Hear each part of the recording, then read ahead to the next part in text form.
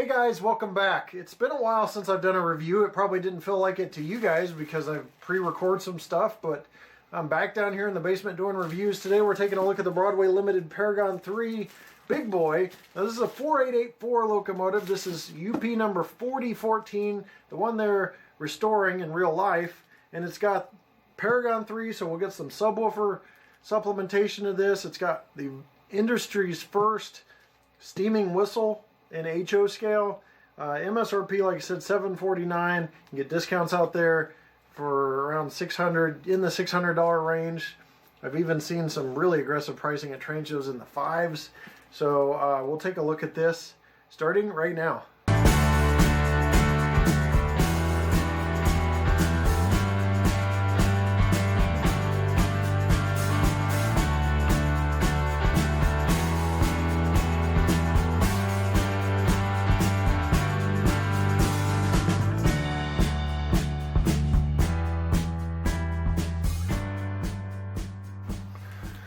Alright, so let's unbox this bad boy. Your dealer's nice. It'll come with a plastic thing here. This thing is just ridiculously heavy. I mean, the box was just, whew, we'll get it on the scale later, but it's probably the heaviest box I've ever had, so it's got to have a brick in here. Paragon 3 owner's manual, over 30 pages of information, CVs, functions, DCC information. These are special features. You'll have to pause that to see. Depleting coal load we won't be able to take a look at because this is 4014, but be sure to check out Broadway Limited's YouTube page where you can see the depleting coal load in action for the coal versions. Exploded parts diagram for both the tender and the locomotive, and a Broadway Limited 1-year warranty you see here. So it looks like the 2-year warranty is a thing of the past, but it says you can do a 1-year warranty and you can read the details if you just pause. So looks like a little bit of change of a policy there. I always inform you guys on anything that comes up. In the box, obviously, the locomotive. You've got a funnel for smoke fluid. You've got a coupler, I believe, for the front coupler. You've got a smoke hood that you can put on. And you've got traction tires and a tool to install those. We're going to take the locomotive out of the box, if I can find a way to get a hold of it without... Oh, good. This thing is ridiculous. Alright, I usually don't take it to the scale right away, but I'm taking this to the scale right away after unwrapping. This thing is just... I'm not kidding you guys, I hurt my wrist. Busted it on the ice a few months ago, and I picked this thing up and I thought it was going to snap. Alright, so just a massive engine here. Very, very nice die cast. Looks like they got some protection here. Let's go weigh this thing and then resume. Alright, I have a feeling we are going to be breaking a record here. So just the engine, 2.62 pounds, or 2 pounds, 6.2 ounces, 38.2 ounces, 1,085 grams, 1.085 kilograms, so 2.39 pounds. Now, let's go ahead and add the tender to this. That brings it to over 3 pounds, 6 ounces, 54.1 ounces, 1,530 grams, 1.530 kilograms, or 3.38 pounds. That is just insane. Definitely a record. This thing's a beast. This thing is just massive. It won't even fit on my turntable, really. I'm going to start at the front here. You've got a coupler cut lever, a rotating pilot here with a dummy coupler up front. Rotate that back around here. You've got the UP 4014 shield, a frosted over headlight that's LED, handrails in the front platform with safety tread on them, bell, which is free moving, metallic finish, operating classification lights, number boards, stirrup steps on the front of the pilot there, just out of view. Got all the side rod gear and drivers. You've got warning labels along the side here. You've got handrails, which are metal die-cast chassis here. You got 2 smokestacks and the whistle. All these are supposed to smoke. We will check that out later. Sand and boiler domes. You've got the dynamo here, which I believe is supposed to be a dual dynamo on the real thing. It looks like a single dynamo here. You've got the firebox back here with all the rivet detail going along. You have cab figures installed in the cab, just out of view. Let's see, you can probably see them there. Going to the back, got a rear deck plate. You've got the pin connection to the tender, whole bunch of piping and valves back here, handrails to accommodate cab entry. You have a vent hood up here that's very, very tight. Looks like it can open, but it's very, very tight. Rivet detail on the roof. So there you have just a quick rundown of that. As you see, there's no ash pan. That is because this is made for oil tender big boy, which burns oil, not coal. So that's correct. If UP holds up to what they're talking about now, not to mention the feed water system as well. You've got the builder's plate on here on the side of the boiler, or on the side of the smoke box, I should say. And there's a smoke box door there with a little latch detail all the way around and a handrail up front. That's all we're going to get into detail. Not much really, there's tons of detail on here, but not much time to talk about it all. This thing is just massive. Quick look at the tender. Try to get a closer view of this. And I'll also have a close run-by view so you can see what's going on, because this thing was just too massive to zoom in on and constantly zoom out and make you guys nauseous. But tender is modified with piping for oil burning, hatches up top, handrails, rivet patterns. Got the connection here to the wiring harness. You've got all the detail here. Now on this, there's no silver capped trucks, as most of the UP has. We don't know if UP will do that or not. They could, they could not. Broadway Limited was just kind of taking a stab at it, I'm guessing, and guessing if, that they might not do the silver trucks. On the Athearn model, they just did the silver up front and forgot the remaining ones, I think, or did it on purpose, I'm not sure. Rear has a rear LED light, just like the front has a frosted headlight. Working class lights again on the rear. And this is all die-cast metal as well. Coupler cut lever, metal coupler with a magnetic trip pin. And the 3 water hatches back here for the tender. Union Pacific is on the side, nice. And you got a warning label up here, which is nicely done as well. So that's it for the locomotive and tender. Let's check out operation. Alright, I'm really close to the locomotive since we couldn't take real close looks when I went over the detail. I'm going to go ahead and fire up the layout here. Gonna fire up the locomotive by moving it.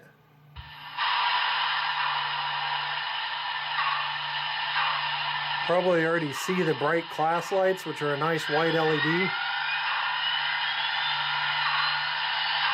And you hear the dynamo from turning on the headlight, a little delay, and then the headlight goes on. And I'm going to run this by just real slow so you can see the detail.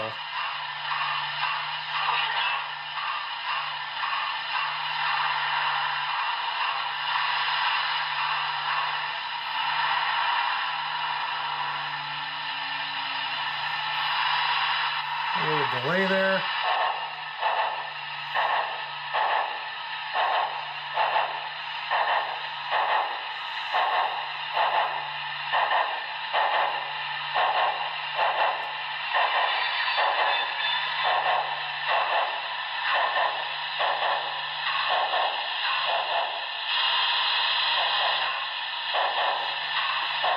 We're going backwards here.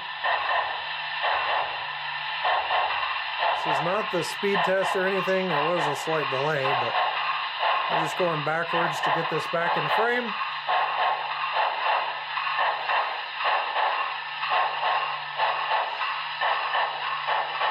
Gives you a chance to look at the detail.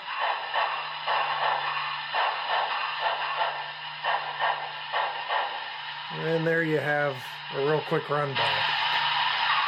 Now, the first thing we're going to do is check the bell and whistle. When I blow the whistle, you should see steam come out. This is the first time I'm checking this, but you should see steam coming out of the whistle. Now, I want to do this stopping because it may be hard to see when you see the puffing smoke. So here we go.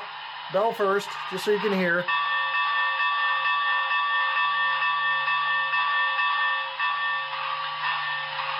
And here's whistle.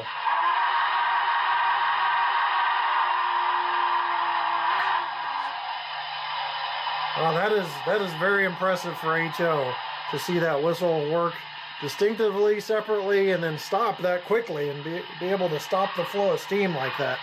So very nicely done. Very impressed with that smoking whistle. Here's a real quick look at the headlight and class lights and lit number boards. I'll kill a little bit of light so you can see that even better. Looks like my railroad gates just triggered in the background because I still have those hooked up. But as you can see, especially as I kind of create a bigger shadow, real nice class lights, headlight, and lit number boards with a nice white LED, frosted glass, so really nicely done. And when it's stationary, the cab is also lit. So I'll take this over here. You see the nice lit cab. And another nice thing is the close couple. The deck plate is even with the tender. It's not a dramatic angle. So really, really nicely done. Broadway Limited. And this whole front end is just steaming like crazy stationary here. Now, there's a bunch of sounds listed. We don't have to cover them all. We don't have time to cover them all. So I'm just going to pick a few. We already did the bell and the whistle. So we'll do the air pump, F4.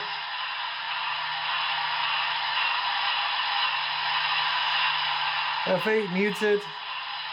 Coal, auger or shovel. This one doesn't have really auger or shovel, but at least it's there for your coal equipped ones.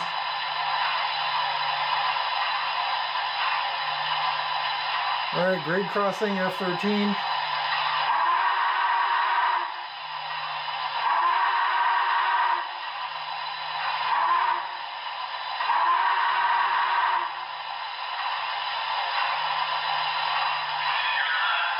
F14 passenger announcements.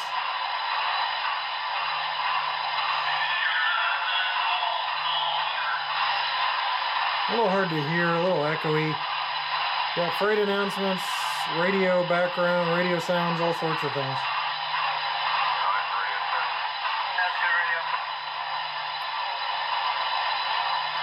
So there's just a few.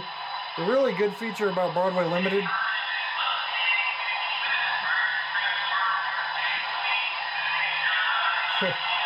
other than it keeps playing stuff is that there's a macro you can play and record certain sequences and then play it back, and the locomotive does it automatically. I've always liked that about those locomotives. Now we're going to take a look at the slow speed movements out of the box. No CVs adjusted, one speed step at a 126 right now.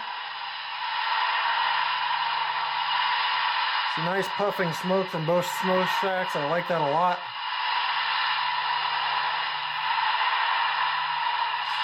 Second speed step. Shafts start to kick in.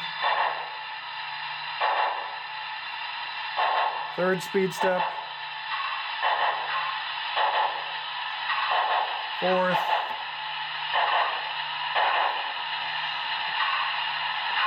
Little binding around the corner there on the fifth. The wheel started to shift off. I don't know if it was completely square. I'll go ahead and get this reset. Make sure it stays on the track, and we'll go backwards 5 speed steps. 1, 2,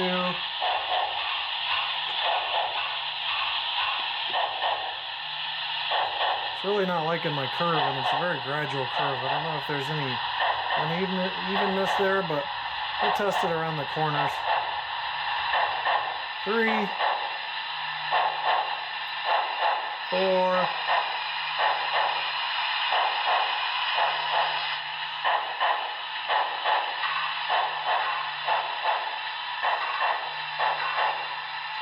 5. Rear light works as well. So it really wasn't binding, it was just it doesn't like my curve for some reason. I don't know if it's just a little tight in one area. I didn't use the radius when I laid this, but I haven't had any other problems, so I'm not sure what that's about. Very hard to catch on camera, but the rear marker lights are lit as well, a nice red. We're going to do the pull test now. Now, the smoke fluid puts a film on the track, and I've had this happen before, so could actually pull even better. So here we go. We're up to 6.5, 6.7. Looks like it's pulling at 6.8 now. Now back down. So 6.8 ounces is what the pull test peaked at. That's very, very good. All right, here's the back coupler. We're going to do a coupler test. Coupler height test. It is dead on with the KD coupler height gauge, which is the same as the NMRA. So good job by Broadway Limited being within NMRA standards and making sure we don't have derailments and coupler disconnects like crazy. All right, the red box there is the Paragon 3 subwoofer receiver. We're going to roll past it. This angle, I will also blow the whistle while the chuff's coming from the dual exhaust stacks here.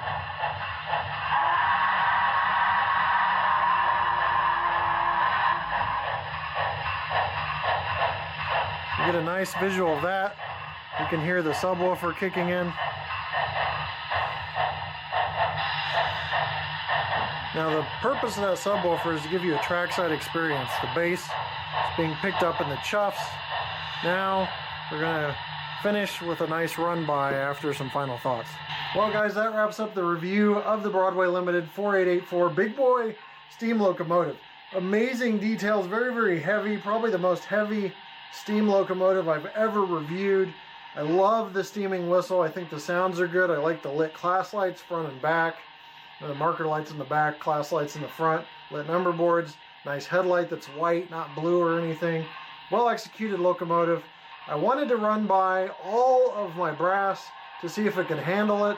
However, my brass is acting up and it caused a big short and I was trying to figure it out. So I just threw a couple pieces of brass in the consist, a lot of plastic just to get through this review because it's getting late in the evening and I worked a full day for my day job. So we'll leave you with the run by of the Big Boy 4014. Fast forward a few years when it's an excursion service again with a passenger fleet and some water cars. So I hope you enjoy. We'll see you next time right here on my channel. Take care.